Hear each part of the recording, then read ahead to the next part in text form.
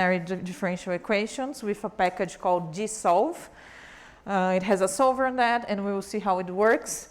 And a super short example about dealing with time series, because dates are super tricky, and there are different packages to deal with that, and I will show you a really brief example using time series and with COVID data, and then we'll talk about code styling.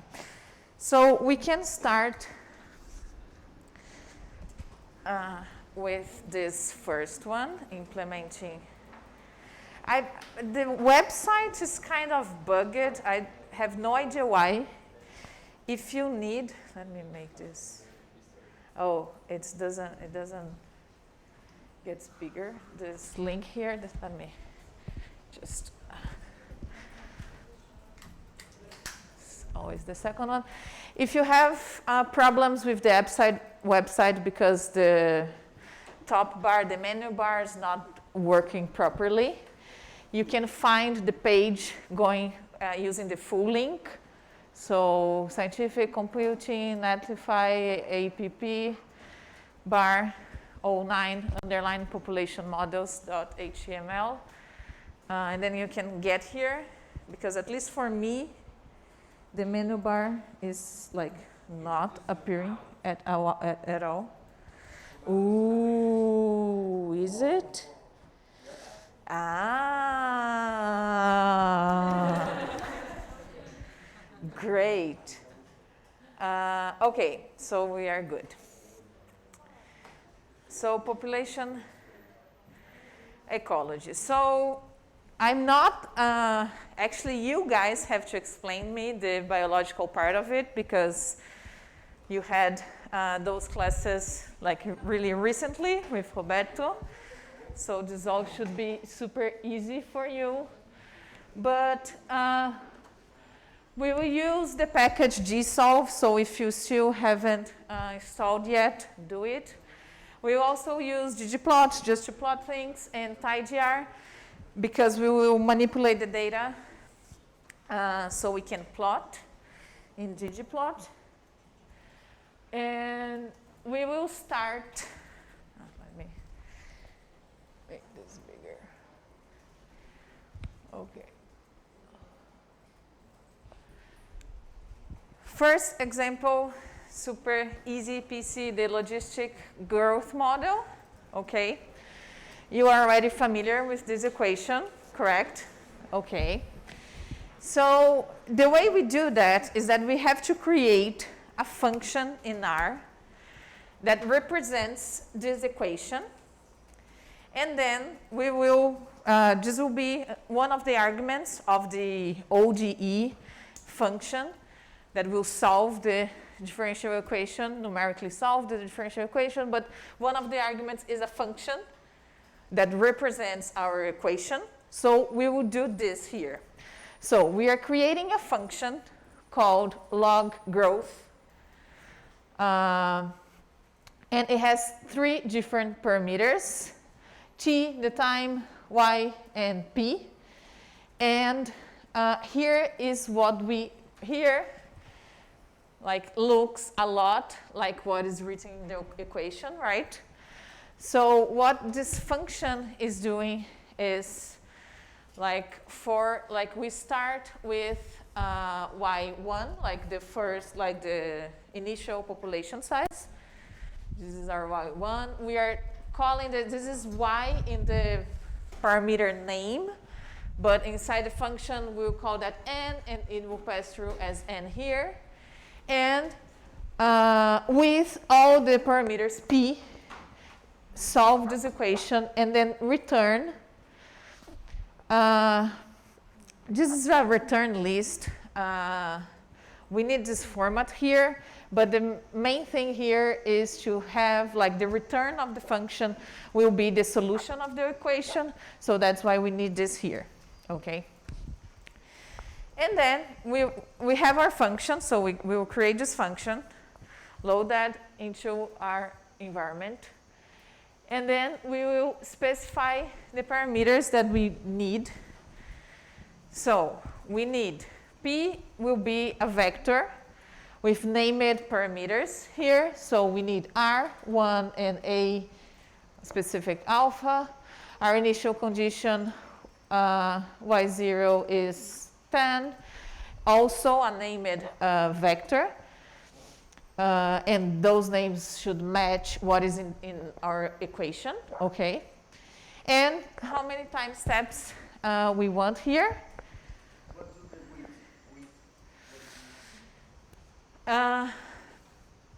It will basically cycle all the parameters in P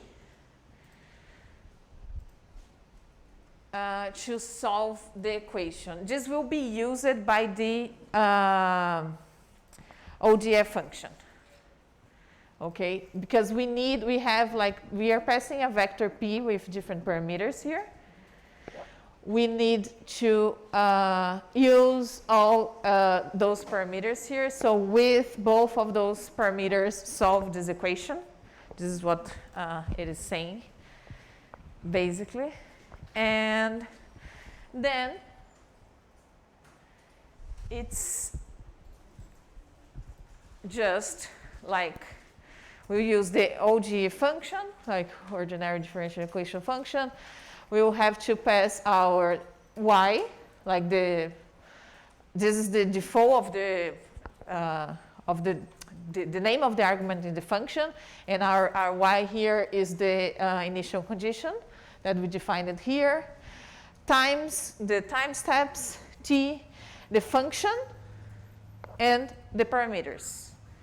So this will use those conditions and those parameters to solve this equation numerically using a solver. So let's do that in R. I'll go back to my other repository that I have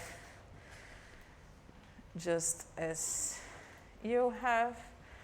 I didn't commit yesterday. Sara? Sorry, I have a question. Why n is not included in P? Because the solution will be the number of the individuals, right? N is not actually a parameter. It's like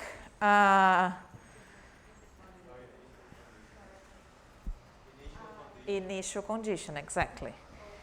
So it's not a parameter. So the parameters are like alpha and R, and we are just giving a starting point for the solver, and that's why it's not a parameter. So I will create a new script here. Class 9, a bunch of different things. So we'll start with OD, and then we'll create, well, we need to library the packages. Oh.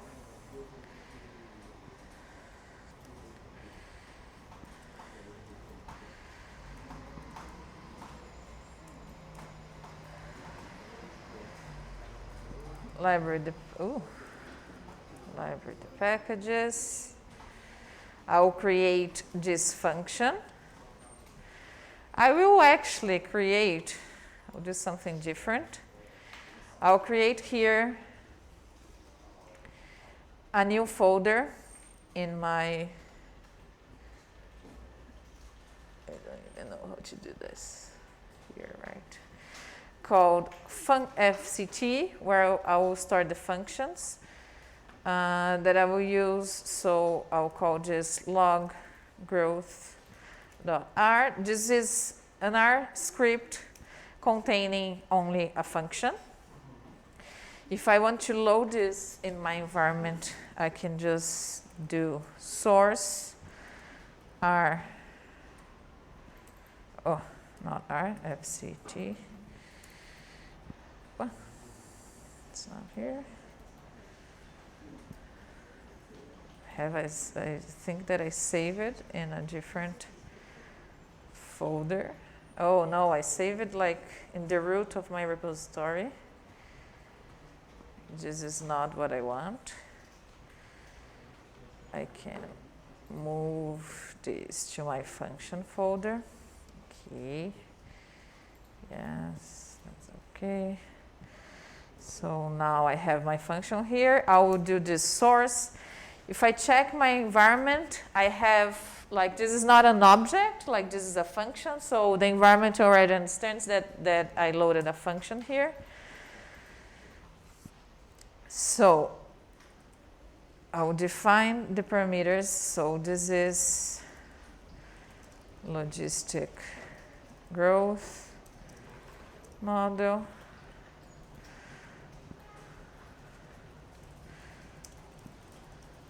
Usually what we will do is like load the functions like in the beginning of the script, just as we are doing with the packages.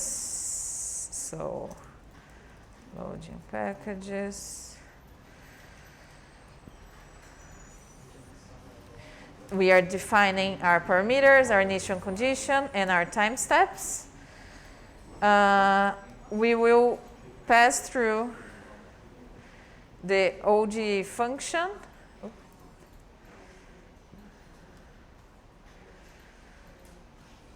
Our initial condition, the time step, the function, and the parameters.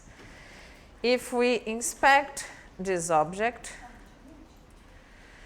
what we have here is the estimated population size based on our model. And yes, say.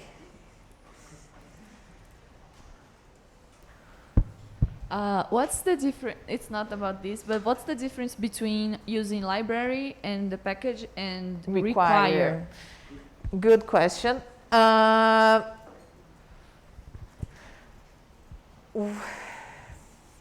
We usually use library because if they are doing different things, like for code, like it will, both of them will import the package to our session.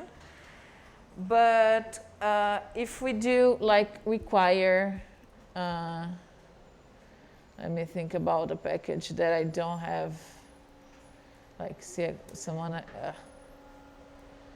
require CXR. Bummer. So it will, well, let me see the error messages that they give. Because they are,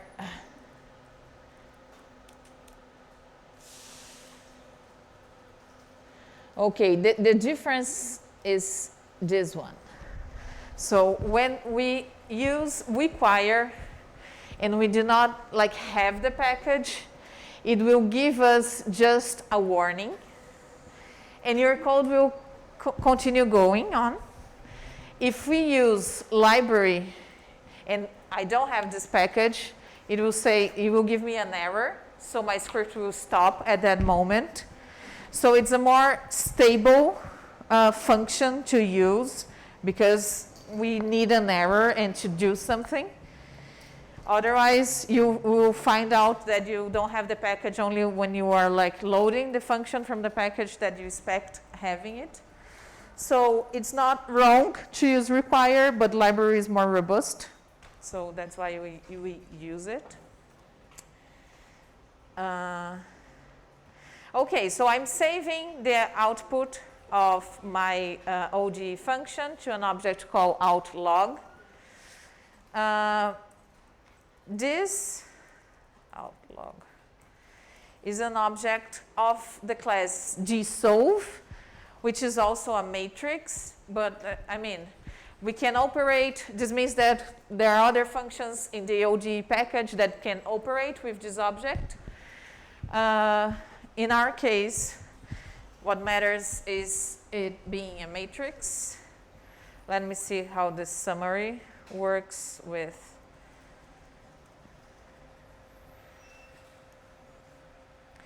So we have here, notice that we have outlog, 2 columns here. If this was just a matrix, when I do summary, it will give me the summary of the 2 columns.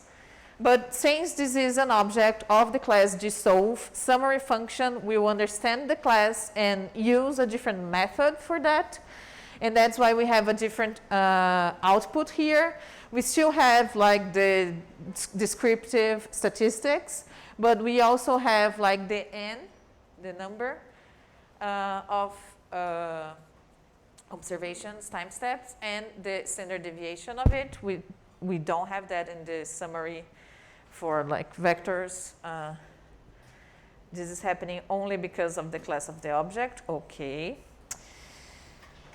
Oh, another thing is that here we are solving just one equation, so we'll have only one result. So it will give us the time and the n, like the results of the numeric solution.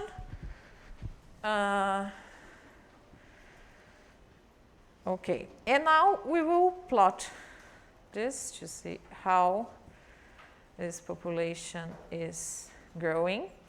So first thing, if I try to use outlog directly on Ggplot, it won't work because we need a data frame for Ggplot. So what I'm doing here is that I'm converting to a data frame. I'm creating a new object that is a data frame now. And I will plot that. Microphone. Oh.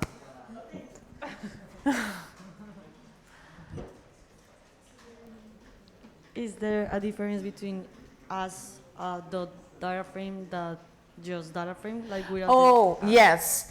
There's a slight difference. Here it would be the same. We could use data frame, outlog, it will give us the same result. But as data frame, we use when we already have an object of a particular class and we want to convert to a different class. And the function data frame, for instance, we can use to create a new data frame with 2 columns. So in this case, both of them would work. But if we are starting a new object, we would need to use data frame. We are converting, so we can use simply as data frame. I prefer using that because I know that I'm just converting to an object of a different class. If I check now my class of CF log,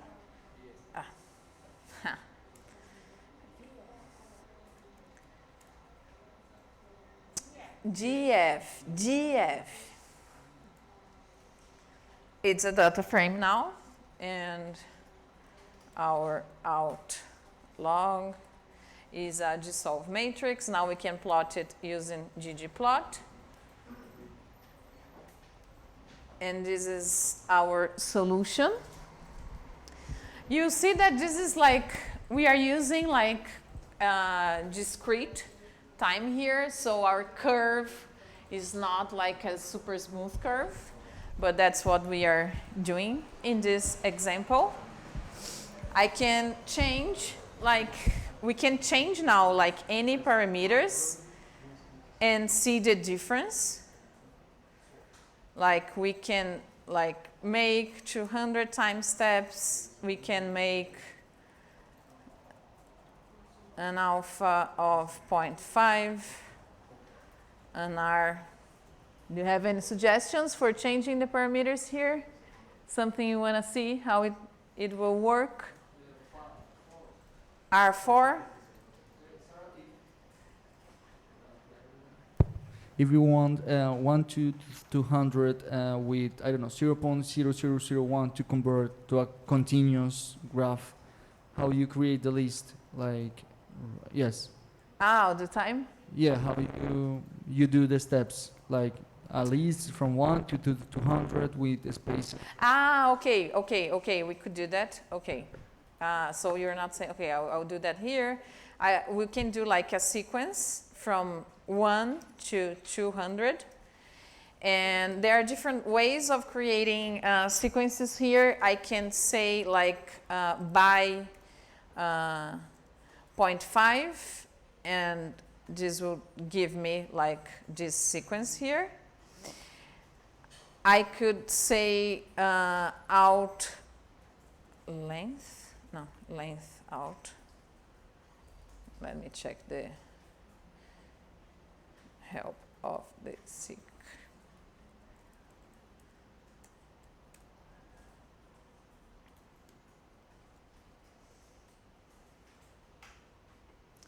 Length dot out. So length dot out,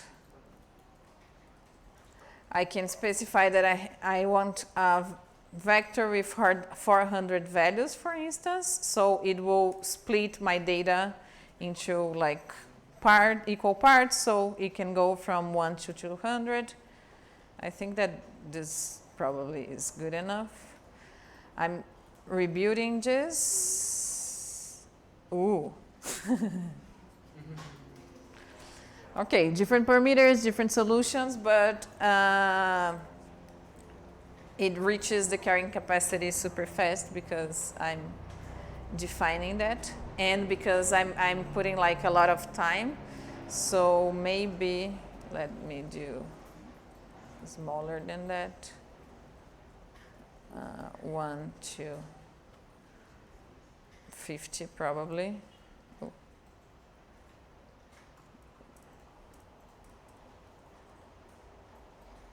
Yeah, this is a bit better, but we are still looking into, let me make it even like smaller. So this, I will have T now, 400 numbers from 1 to 20. Or I could specify like by 0.1 if I want.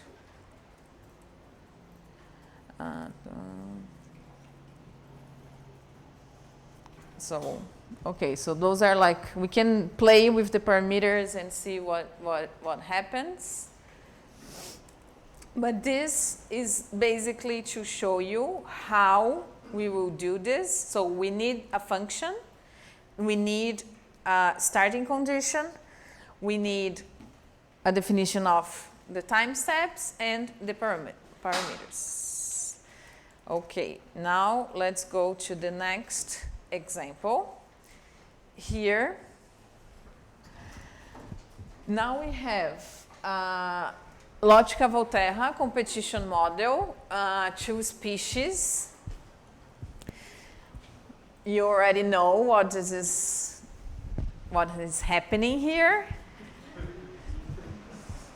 At least we hope so, if not. And the first things that we will create, let me make this visualize. Okay. Now it's the same thing. So we are defining again time, initial condition, and parameters. We have again, I'm just using this to like make this equation like similarly to what is there. So to all the parameters that use all the parameters to solve in these equations. And now our return here will be the solution of the 2 different equations. Okay. Are you good with that? Okay. Now we will define, okay. We will define the parameters that we need. Now we need to specify our alpha matrix. We'll do that like specifying the matrix of the competition coefficients. So I want that, so I'm writing that exact same thing here. I'm defining R's, my P's, my initial conditions, and the time.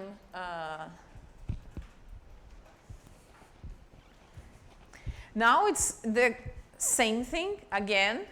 We will use the same function. We have to specify the y, the times, the function, and the parameters.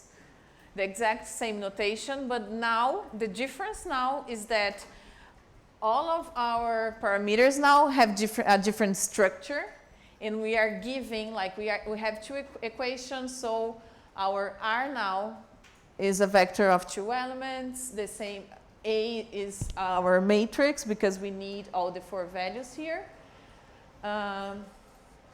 And again has 2 different values. And let's do that. So, Logica, Volterra competition model. I will do the same thing. I will create a function here in a different file. This is here.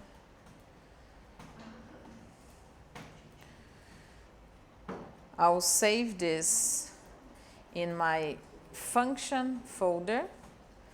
This will be my lvcomp function.r. Save. I will source this function in the beginning of my code, the same way as I did with the other one.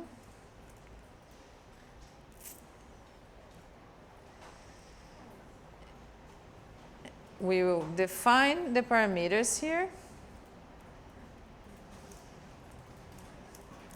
This is not like, notice that I'm redefining variables here. Like I had before an object called A. No, I didn't have A before. Oh, yeah, it's only inside my parameters, but I have Y0, I have T. Oh, I meant please defining T2. No, I'm not overwriting. I did really get here. I thought that I was redefining like a variable with a different value, but no.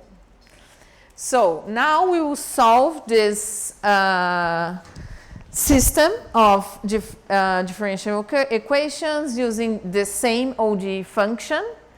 We are providing all the arguments that we need, the initial conditions, the time, the function, the parameters. We do this.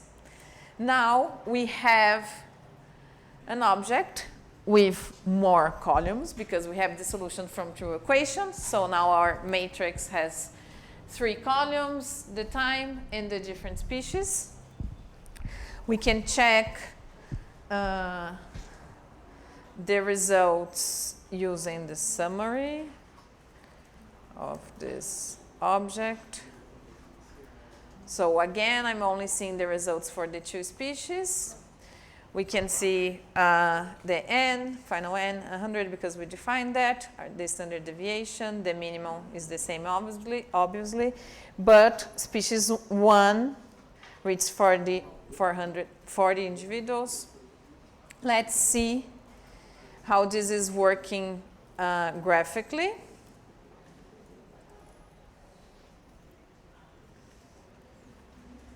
So now we have this object. Is this a tidy data? This table, is it organized in a tidy format? No, correct. Because we have here like those 2 columns, they have like the number of the individuals here. And this is basically the same variable being represented in 2 different columns. And for us to know which species we are dealing with, we have to assess the column.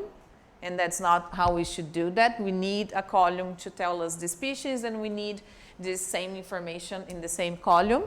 So we need to format this data into a tidy format. We can do that using the package tidygr. That's what we will do now.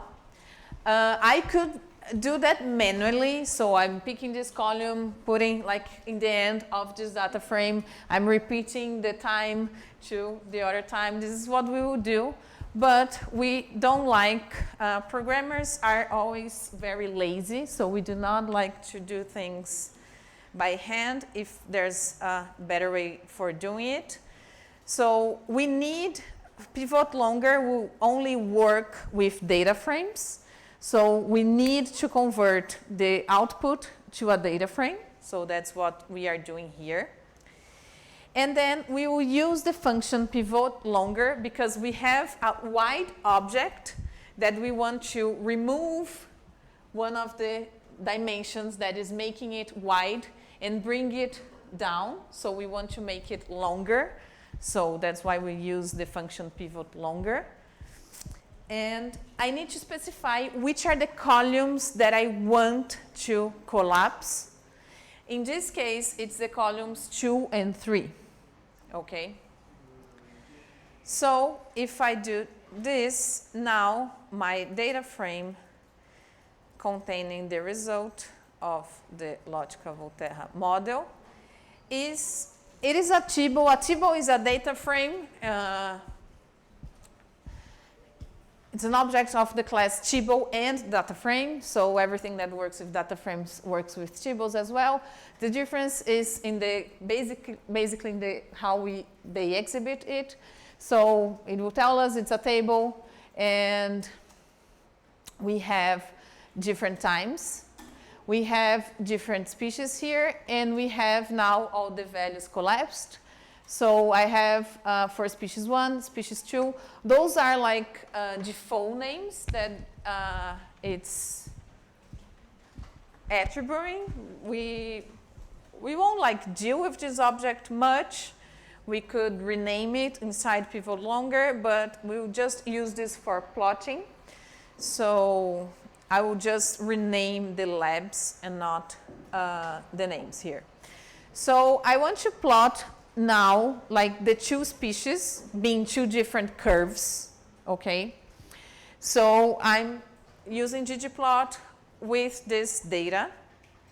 What I want in my x-axis is time, in my y-axis the number of individuals. Now it is in the column value. And I want to differentiate between species. So my aesthetics here is not the aesthetics like of the time, and like X and Y are not like, we are not dealing with the entire data frame. We are separating it based on a variable. And we are doing that inside the aesthetics because it's how we want to separate our X and Y. So if I do this, I want to color by name. It will create the two lines for the two species with different colors. The default here, we have like time, value, and like name. Those are the name of the columns of our data frame. That's why it's showing here. I want to change this and remove the gray background. I can change the name using the labs function. So I'm using that. I'm making my x-axis time, my y-axis n, and color here is how I'm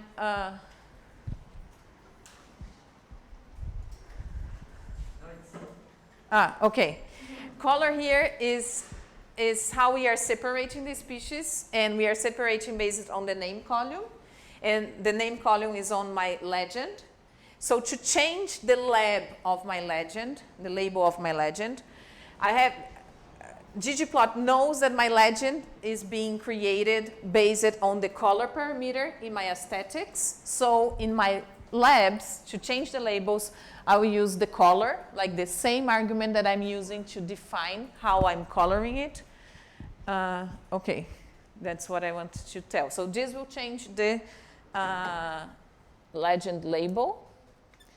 And then we have a much better graphic here. Let's do this terrible for this. Okay.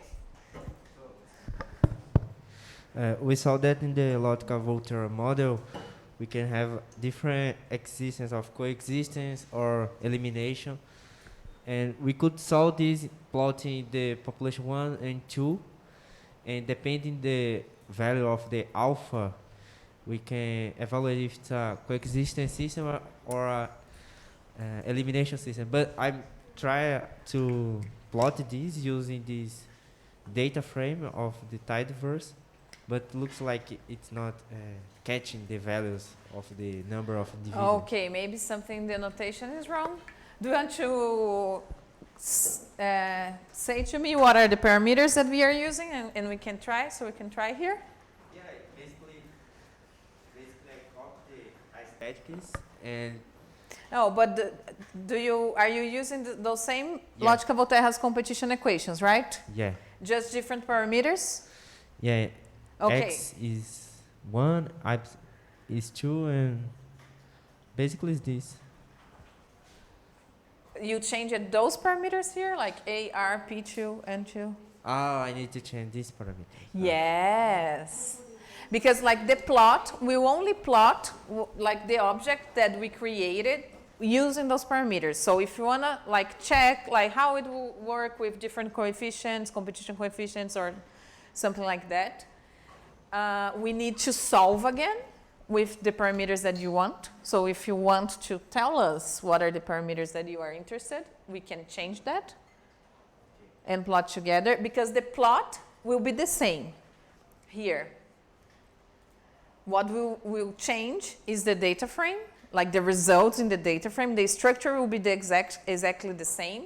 So if you want to see how it works with different parameters, we just change here the parameters and plot again, and calculate, solve again, and plot again. That's what we would do, okay? Let me see. Okay, this part is, we are done. Any doubt? Like, okay, let me show you, like, there's much more on that. Let me get back here.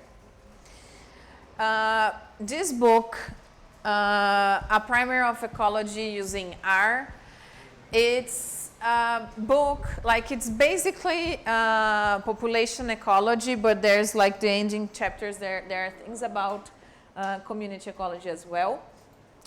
It is a classic book, I don't know, it's from 2009, probably the first version.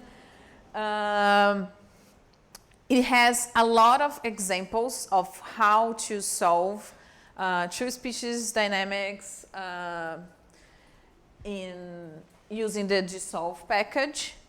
It also have, like, I wanted to bring you, I actually have a tutorial for that, for dealing with stochastic models, population models, but since you haven't had this class yet, Ricardo will teach you about stochastic processes, and I will leave the tutorial here so you can like get back to it later, but using the same Gsolve, it is possible to change like a function to simulate a stochastic edge, a stochastic component to the model. And there's also a different library, like a specific package to like build stochastic models, population models, and solve them. It's Gillespie something. It is on the list of the packages that I told you to install, like in the beginning.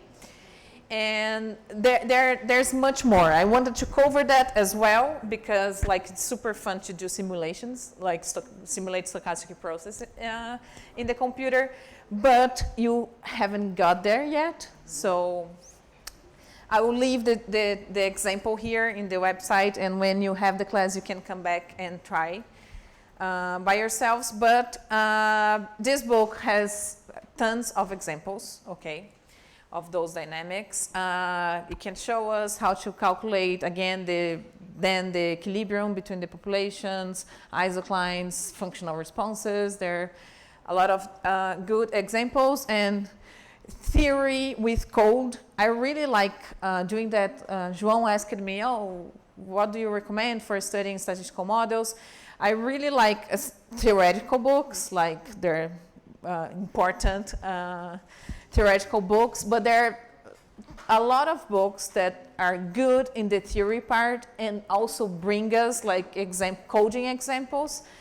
I like to learn that way because like it brings us to a reality, like we deal with objects, we understand better what is the input, output, and what is going on through the process. So this book, like I was in my master's degree when this book was published first time, and it was like the way that I started learning R, basically, because how to like ecology in R, it was the first thing that appeared, but it's a great book. It's a great book.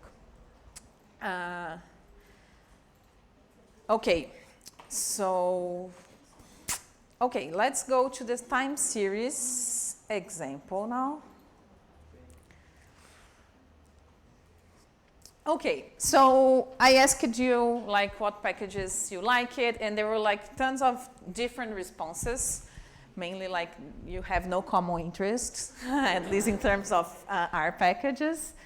There's a lot of R packages that Andrea will cover, so vegan, picante, those are for community ecology. So community ecology packages, packages for dealing with spatial data in R will be covered as well. So I wanted to bring, because this was part of the data manipulation class and I removed working with dates. But if you have already like tried to work with dates in spreadsheets and bring that into R, it's a huge mess. And there are different packages to deal with that like in an easier way, and the most important one is Lubridate. This is part of the Tidyverse package. So if you installed Tidyverse, you will already have it. And so I added this one. Someone mentioned they were interested in this package. I don't remember if it was Denise or someone. You. No? You? Great. So this is a really good package to deal with time series. It allows us to do like, it creates an object of a class time series and we can deal with that. There's a lot that you can do with that. But okay, we will load data, time series data of COVID from Pernambuco in Recife, Brazil. It's here on the coast of Pernambuco State. You will learn how to make like a plot like this, like even like prettier than this. This is like just the default. I haven't even changed the colors. But the data was downloaded from a portal. It's a portal that it's a group of people working with open data, and they like scrap data, sometimes using very manual processes. But they scrap data of like public interest and they publish in their website. They did a lot of work when the pandemic started, but before that they were already very active. They have tons of data about like elections, well, basically anything. So I went to their website and like, because like those spreadsheets are huge, I selected like just one municipality, Pernambuco, because I like it. So I loaded the data and I'm reading it. So let me get back here because I will also need to, okay, find here the data. So I will download here. If I click here, it will download my data. I'll go to my downloads folder. I'll put this into my folder. So I'm putting this into my data raw folder. So this is, okay, so I will save this script. Let's organize a bit my mess here. So I have a script here that I want to delete first because I'm not liking how it is going. So I want to delete this. Okay. I will save this first as a script 7, ODE, because we are solving ordinary differential equations. Oh, again, I save it in the wrong.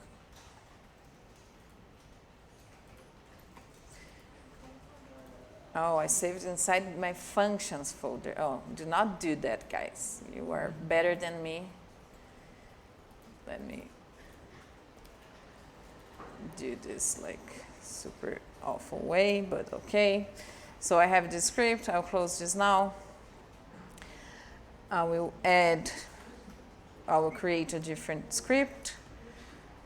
I'll open the tutorial again. So we'll need all those 4 packages. I probably don't have.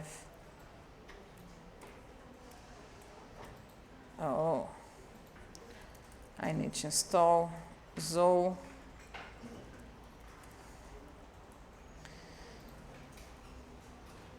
And then we can read the data. Sara, there is some reason for the archive to be named like that? This is how they do it. Probably they are doing that manually, and that is like a key, the ID of the file that is being generated like that, because they have like tons of files, like you can download like the entire data set, like the whole country, entire state, specific cities. There's an API for that, which is a web tool for assessing data, mainly, and really a really short explanation of an API is. But I downloaded from the website, and this is how like probably they're doing that manually, automatically. That's why like no one would like name a file like that because they want. But yeah, it's COVID-19, and this is probably like some ID, crazy ID. There's. Maybe MD5, something to verify. Yes, and it probably tells. Usually, those things tell us a lot of information. Probably those first things represent something, and those numbers another something. Whatever. There could be like there's usually information here. So the first thing, okay, I have this old package. I can load that now. Let me show you what we have here. I'm reading the data, I'm checking it. So I have here different, so we have here a lot of different informations. So in epidemiology, there's something that we call epidemiological week. Now we define that like as a 7-day series. So there's the week here, epidemiological week code. Yes, so until like here is all 1 week. On the 27th, it began another week. Order for a place, I have no idea what it is. They are really good with their metadata, so we can find out what it is. The state, the city.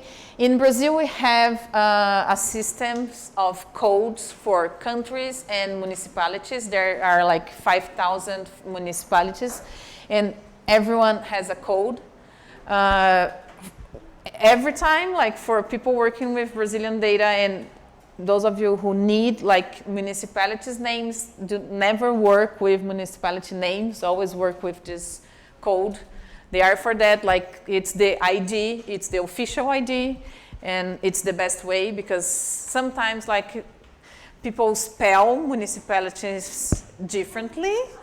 Yes, it's crazy. We have like the same municipality in different states, so the code, like this is the code for the state, and then for the municipality.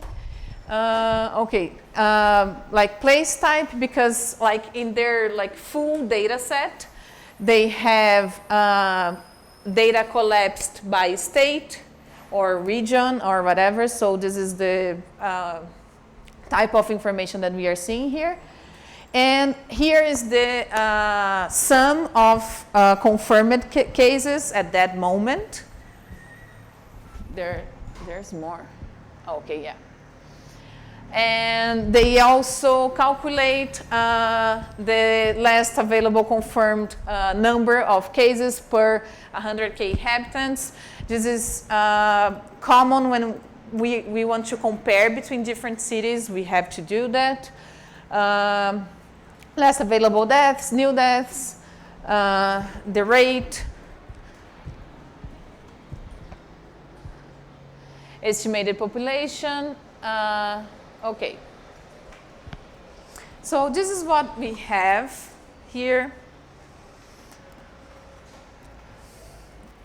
First, we will check, I want to check. So we want to plot dates. So we have here a date column, date. But if we check the class of this date, class date, not date, date is a function, it is correct. COVID. So date is a character here. We want date to be understood as date. So I will convert that into date. I will do that using asDate from LubriDate. Base R has a function as date as well. Oh, Zo also has a function to do that, and our base has a function for that too. So as date from base, as date from Zo, and as underline date from LubriDate. I'm using the one from LubriDate just because I loaded the package and want to use it. If I check now, for instance, the summary of my COVID date, because it is a date, we can actually like do operations with that. So we know the minimum, so this data is ranging from March 2020 to March 2022. Doesn't matter the mean date, but because this is a date now, we can operate as if it was a number, but it is a date, so it calculates things as dates. There's a packet, well, LubriDate, let me do this because I always do this. LubriDate, here. It's the second suggestion. Different packages have those things called cheat sheet. So people do not like remember all the functions that exists like in every package. And usually like this is super useful. Like a lot of, like all those packages from Tidyverse will have a PDF like this. So it brings us like the main functions in the package. So we have asDate, and it can convert a specific character to a date. Dates, we have different formats for dates, okay? Different countries adopt different standards. So how we tell the computer the format is basically like inside LubriDate, they have this notation. So this is days, months, years. So this is the format like day, month, year, month. So those are like different ways of like exhibiting the same information. What else is useful? Oh, you can extract, like we have like a full date, like date in a full format with year, month, day, hour, minute, seconds. We can extract specific parts of the date object using like different functions.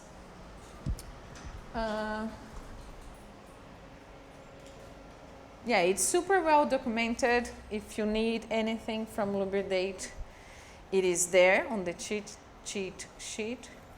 So you can cheat because it's impossible to remember everything. So, okay, we can check, like I did the summary, but I wanted to show you that we can operate things. Now with this, now that is a class, we can check that this has been done correctly. So COVID date, it's a class date now. And we can plot that. So let's do our first plot using, okay, I'm plotting COVID. I want on my x-axis the date, on my y-axis the new confirmed cases, because I want to show you like how the new cases are going up and down. I'm changing the theme here.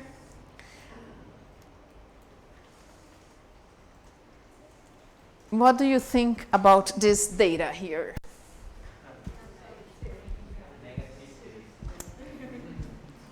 Yes, we have negative confirmed cases, so it's not like 500 people got better from COVID on that day.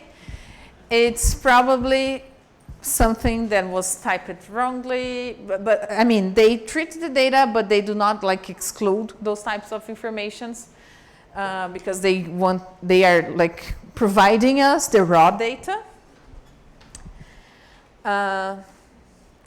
What I would do here is that I don't want to remove, like I could either like remove, put that like as NA for instance, and then not getting this information, but imagine that I know the people work in the health department in Pernambuco, and they tell me, oh no, every time you see a negative number, it's because it was 0 and like the calculation got like bad.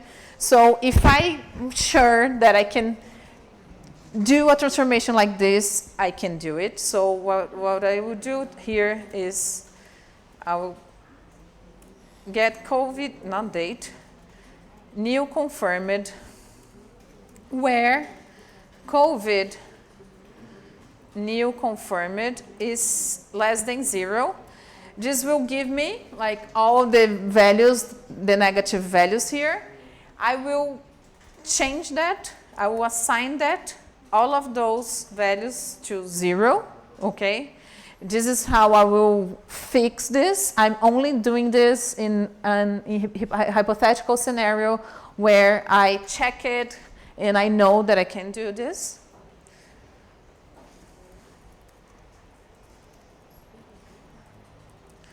Two values. And then I will plot again.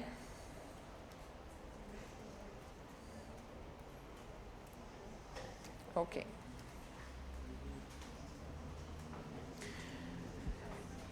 I have here like, and notice that like date is a continuous variable. That's why we can operate with that.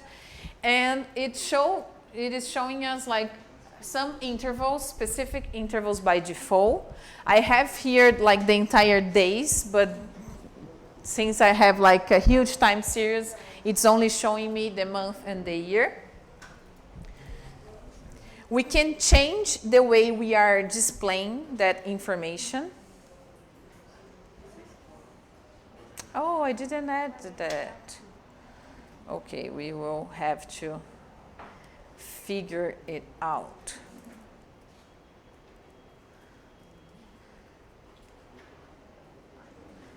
I had a line. I know that it is possible. So because date is something very common for us to deal with, in Ggplot there's a function called scale y date, and I can use that to change how I'm displaying the date in my data set. And there's more. Oh my God. Okay, let me try again. So scale y date. So what I will do here, I need the help of the function because I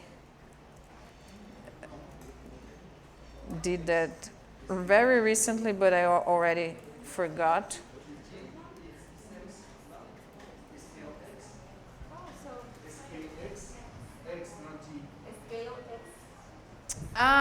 You are correct. Y date, yeah. But the help, I'll thank you for correcting me. Wait. I can specify here the date breaks, and I can do that like using, that's what I want to do. I want to change first the date breaks, so let's do that. So scale X date, thank you. So breaks, I want like 4 months. So I'm doing this. Let's see how this will change. So I'm adding here much more months here in my display. And it changed now how it is exhibiting the date. I want to change that because I don't want to display the year, for instance. So I'll get back to the one that we do that is changing the labels here. Let me see if there's an example. Okay, that's what I want. So date labels is how I want to display my date. I want that to be year, month. So this is how we tell like the function that we want in a format year, month only. Let's see if this is, no, there's something wrong here. Oh, I have two of this. Okay. So now, and it is in the format like year, month. If I want year in like the full format, probably is 2 W's here. Oh no. Y uppercase, great. It's one Y uppercase. So now I have like year, month format. I want probably like with something like this. So I can change how I'm displaying this because this is a date and it's a of class date. We can operate with how we display that, and this is how we can do this. Something went wrong with my tutorial because there's a part missing, the part that where we use so, but I think that we can do that anyway. So what I want to do, like common statistic, like this data is super, it has a lot of peaks, like ups and downs. And like if we want to better understand the tendency of this data, statistic that is very common is the rolling mean. So you make mean for specific time intervals. It's super common to see that, like for COVID, people use that a lot.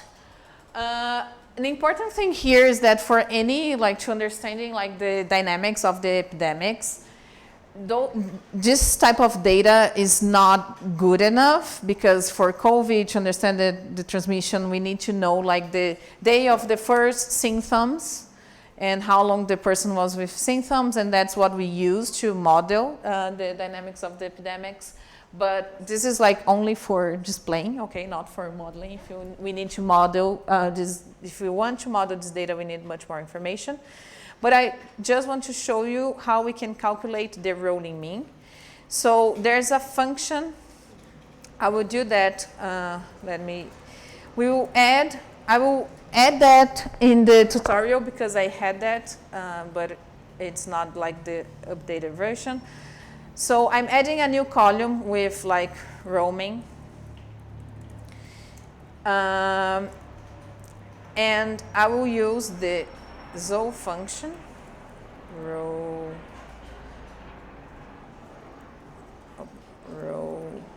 mean.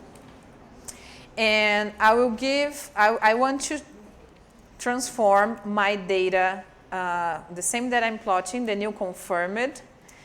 I want to calculate the row mean. The K is the interval, and we'll do that for 2 weeks. I will add a fill equals NA, because if I don't do that, like it will remove observations, because sometimes I don't have like the complete 4-week interval for that, and if I don't have that, it won't calculate it. But I'm adding the fill NA so that the object is in the same length as, like my output is on the same length as my input here. That's why I'm adding this term, fill NA. I do this, I have now in my data, COVID, a new column with the rolling mean. For that, let's hope it works. What I want to do now is that I will add one more line, so another geom line. The aesthetics here now, X is still my date.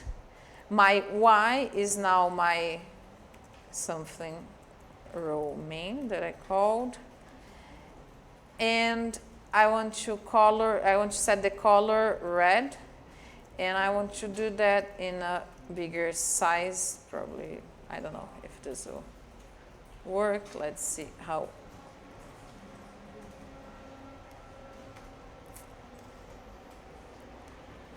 So now I added to my plot the rolling mean. So like we can imagine that this is the tendency, but adding the rolling mean, like it's a good way to actually like show the tendency of ups and downs and in our data. So zo package, there's a lot of functions to deal with those time series. I doing like this very, very simple example, plotting the rolling mean, but we changed the labels as well, changed like how we are displaying the dates here. Yeah. So we still have time. I will save this. Let's save this other script. Sara, it's plotting the NA values as zeros? No. It's removing. That's what this warning. Every time we plot an object with NAs, it will remove the NAs. But Ggplot will always give us a warning telling us that the NAs are zeros. The ones that we set 0 are 0, but probably like some of those like going down to 0 is the ones that we changed. Okay, this is time series. Okay, and I'll go through with you to this.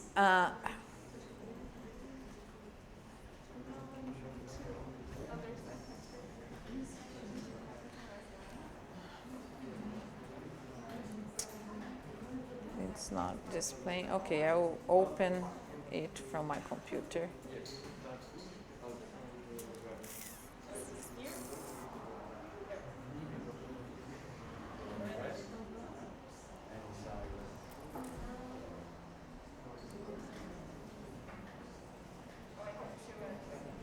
Probably because I'm doing this again. No, it's not in Ggplot.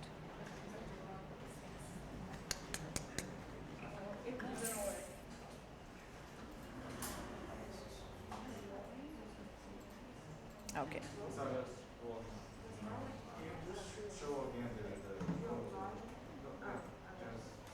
How I'm doing the plot?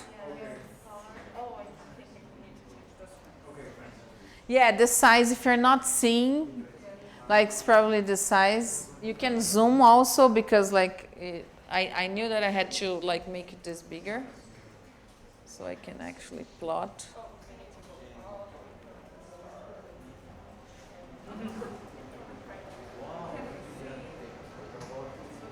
Okay. So, I want to bring this topic, like this is, as I said, something that it's super related to like good practices in writing code, and we like good practices, and it might seem like that we are like too purist and worried about things that are not really important, but those things are actually important, and using like adapting a coding style is like using a correct punctuation. Obviously, we can understand if the punctuation is not like super right, but it makes things really, really easier to read. There are different styles, like, so Tidyverse has a particular style and they define that, like every like open project, like working with code, shared code, like different people using codes, like setting a code styling pattern is like good manners mainly, and there are different like styles that you can adopt. Those are like the most common ones. You can customize that for like your own needs or preferences, but independent of the style, the important thing is to be consistent. There are several tools, and like you can use like your favorite editor and customize that. In RStudio, Ctrl-I will indent the lines. So let me show you, for instance. If I do something like this, I do Ctrl-I, it will bring back to the like correct position as RStudio is defining. Ctrl-Shift-A will reformat code according to their standard. There's a package called Format R to like convert your package to a specific code styling.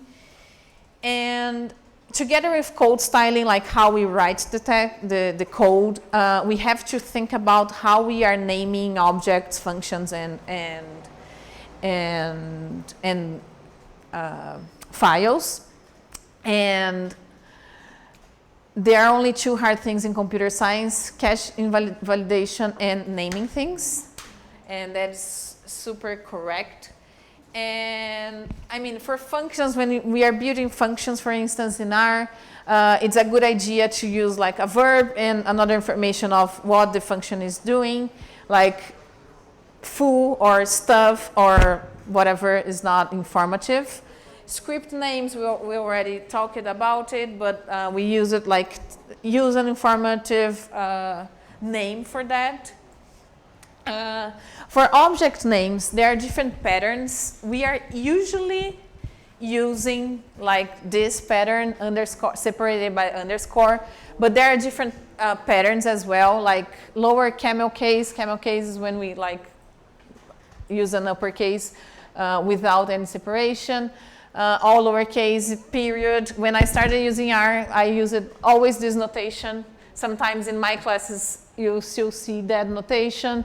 I like this for a while, but now I'm using just the underline. So we try to do that, but we say a lot about good practices, but you will probably find bad practices in the classes. Object names, oh, this is in Portuguese, oh my God. Usually concise and with content. Variables, we usually use nouns for variables and verbs for functions. A bit about syntax. So we usually adopt like spaces what I wanted to show with this example, I have no idea. I think that I corrected this because this it's assigning objects. It's on the title, of course. So this is much better to read than that, because this way we can easily like detect what are the arguments and what are the objects that we are creating in the code. My boss likes the first one, and I want to die every time I open his scripts. Spacing is important, like mainly for readability. There are exceptions when using spaces. Every time we are using the column to create like sequences, we should not be using spaces. After parentheses, we always use space. We usually use space between the if functions. If is a specific function. After comma, always use space. People don't do that. Like it's like in the language that you like. Portuguese, English, Spanish, we always use space after comma for programming. It is the same. Indentation, so that's what I was showing you. Like sometimes if you're working with a bad editor, you can do things like this. Like long lines are not really the best things. This is better, but sometimes like two like long lines are not that good as well. So when we create, usually we use braces in functions, and when we are using ifs, we open one and then we close the other one, like in the next line with space. Usually, never use like both of them in the same line. Another problem that I have with my boss. We use like code separation, separate code into sections is a good idea as well. We can use like minus sign. I like it better because for me it's cleaner. But this works as well, and many editors, RStudio, Emacs, will understand this as sections, and you can navigate through code sections with this. And comments are very, very important, and it's better to explain why we are commenting something, but no comment at all is the worst thing that you can do even for yourselves. So, like this is like how it is to navigate into someone's code without comments. And sometimes like there's something like, this is a bridge. You're already in front of a bridge. Or like calculating the mean and mean something like, okay, that I can understand, but like why are we doing this? So we need to explain why, like more than what we are doing, communicate what the code should do. Like this is super important when we are developing things or like starting the script for the first time. Sometimes like we don't get there in the first time, but in the first try, but we'll get there sometime. You can write codes like Andrea and I, we work a lot together, and we had this interaction where we like talk to ourselves through comments on codes. So I stopped here because of that, and like we had that for a long time. We can use comments to highlight doubts or potential problems in the code, update, and this is like something really important. When we are like revisiting a script, like for several times, sometimes we are more worried about like changing the code and not the comments.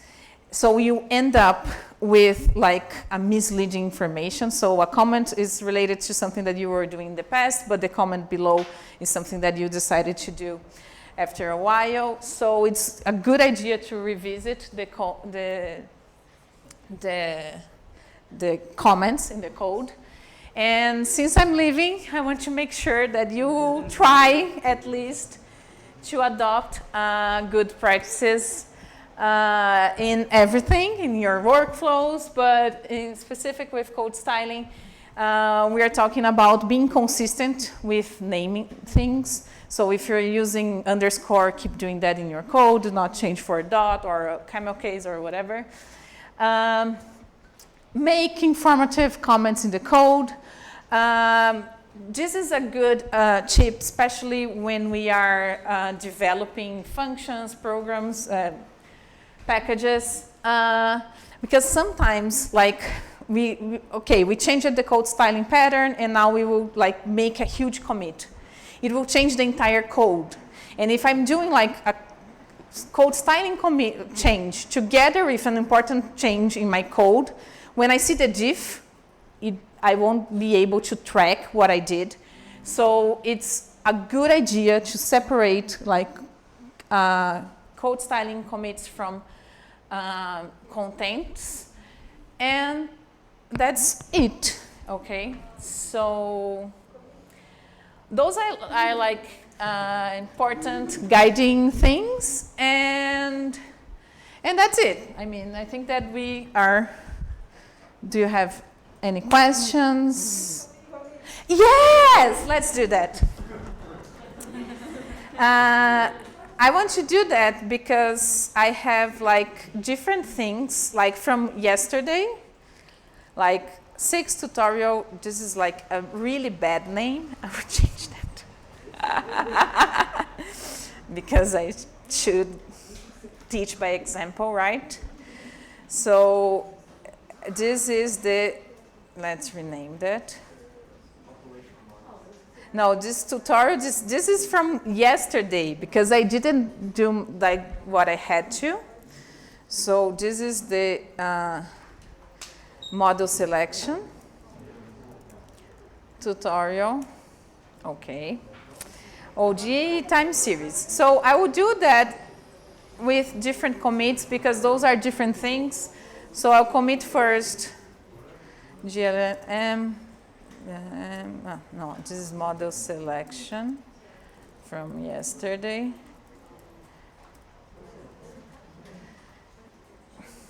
This is a really bad commit, okay.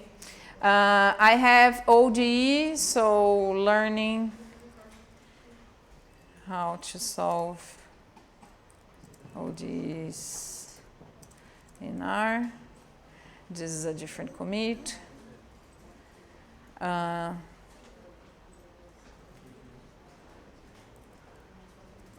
Dealing with time series, example, COVID, example. Oh, I forgot to add my, let me try to do this. Those functions were together with my last commit. What I would do is there's this option of amend. Amending is for like, this is a good example. Like I just commit, I created a version with my ODE code, and I forgot to add the functions that goes together with that code. So I want to amend this previous commit so it will be in the same version as my commit. I will do this because I forgot, and that is a good tool for that. And time series, I will add like dealing with COVID time series in R plus rolling in. Example, commit. And then I had like different commits. Oh, I forgot this one too. Like this is the raw data for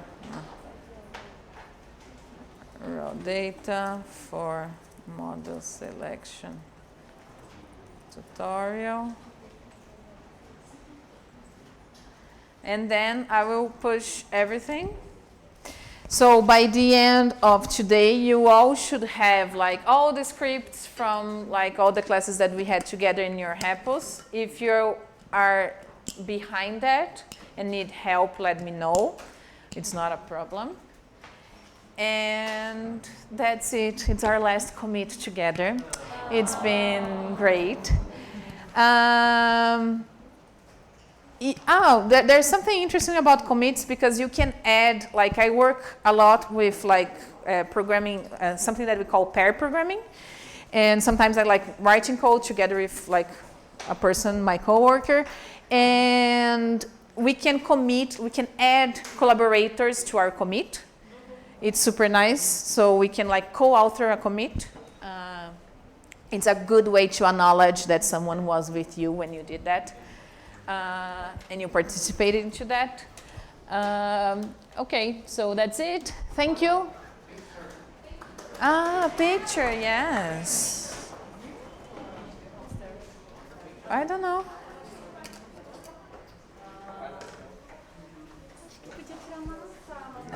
Pode ser, eu acho. Porque tá fazendo sempre, tipo, lá em cima na escadinha, aquela coisa clássica, assim, de foto, aquela coisa clássica da foto na escada. Peraí. Aqui, Tá. Você prefere essa Não, ou vamos fazer aqui na sala. Fica com a diferente, nossa- né? Com a lousa. Ou com os códigos, né? Boa. Okay, we will have like a code background in our picture. Yes.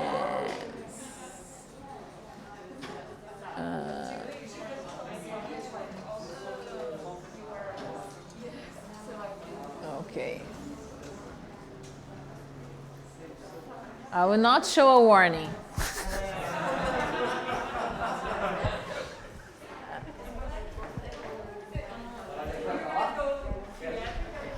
Let me.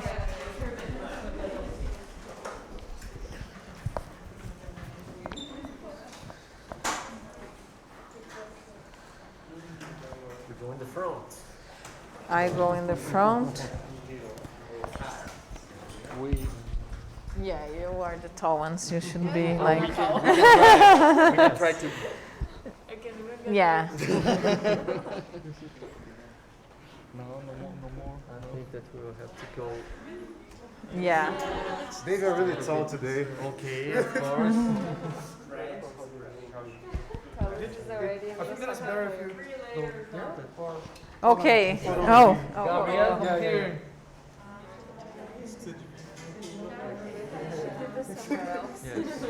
I can. I don't know. Like a soccer team. Sara in the middle, no? Yeah, you have to. Here. Like someone sits and Okay, I'll try to be in the middle. Flá, venha.